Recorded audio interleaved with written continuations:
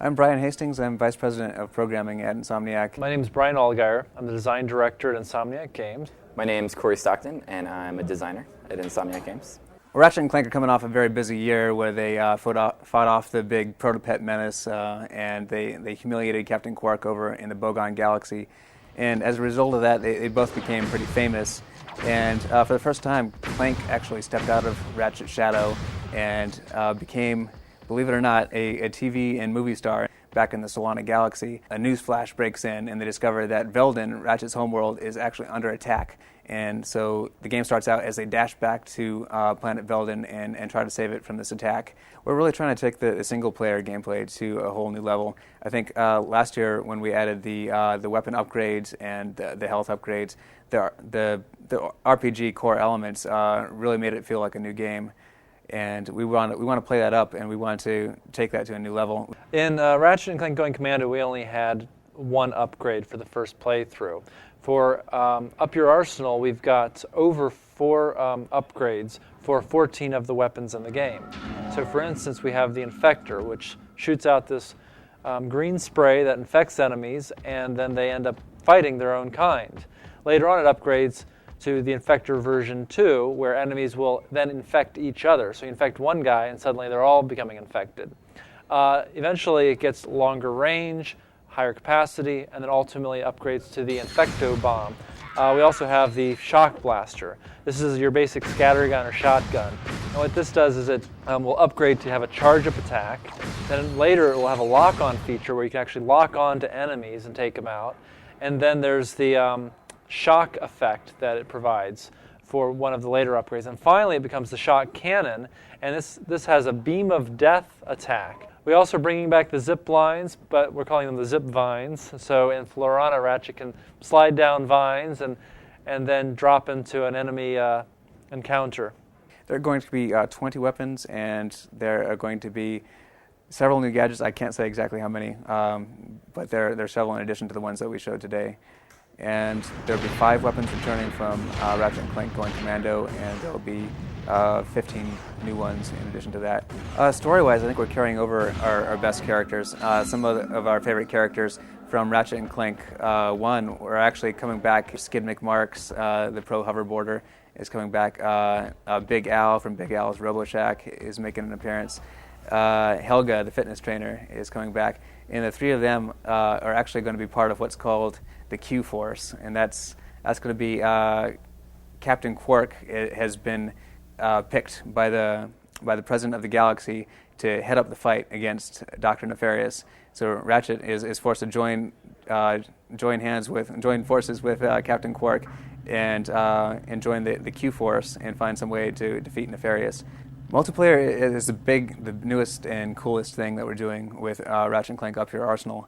Well, we're going to have 8-player online battlefields. We're going to have 6 levels, all completely different and separate from the levels in the single-player game, so it'll be an all different experience. We're going to support broadband only. We're going to have full voice chat support with the headsets. And the gameplay itself is basically a capture the base type mode. So you'll be in teams of 4. One team's red, one team's blue. And you'll have all the weapons will range on different levels, but we're going to have more than 6 weapons that players will have available.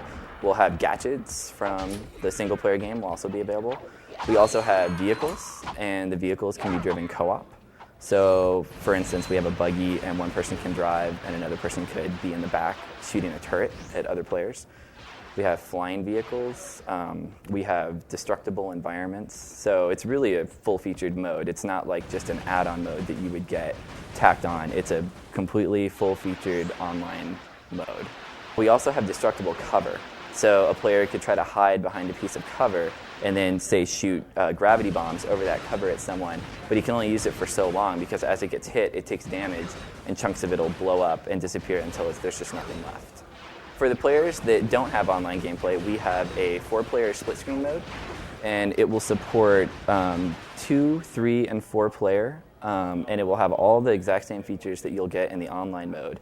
We'll support the multi-tap, so players can split their screens however they want and just go to town the exact same way that they'd be able to online, but against their friends. We're always improving our technology, and we've optimized our engine such that we can have a lot more detail and lighting effects in the environment. We got specular effects, better water textures, and each one of the environments we're always thinking about the story as we're building them. So we want to deeply tie in the environments and the story together. That's our biggest goal because we love having that story gameplay integration. The single-player adventure is as massive as ever. It's a huge, epic adventure with what we feel is the best story that we've written. It's got tons of challenges to keep people who love the first 2 games occupied. And then, of course, it's got this whole other multiplayer online aspect where people can play against each other 4-on-4. And so there are many hours, I think countless hours of enjoyment that can come out of this game. So it's huge. I believe the essential ingredients of a Ratchet & Clank game is giving people choices, giving people many options to choose from. People love to have multiple weapons that they can purchase and then being able to upgrade each one of those weapons. There's vehicles that you can jump into. There's money that you can earn. There's a lot of different ways that you can play the game, and people can pick their own routes. And that carries on over into the multiplayer aspects. We've got a lot of different strategies that you can do. You can use your gravity boots to run up to a sniping point, or jump into a hover ship and bomb out bridges. Ultimately, we want to give people freedom to pick what they want to do at any time. So that's, I believe, is the essential quality. We'll have some surprises at E3. We're definitely going to be showing off some new multiplayer features. But in addition to that, there's one big thing I think is very cool that I wish I could talk more about, but it's definitely a surprise we're saving. You can look for Ratchet & Clank 3 Up Your Arsenal this fall.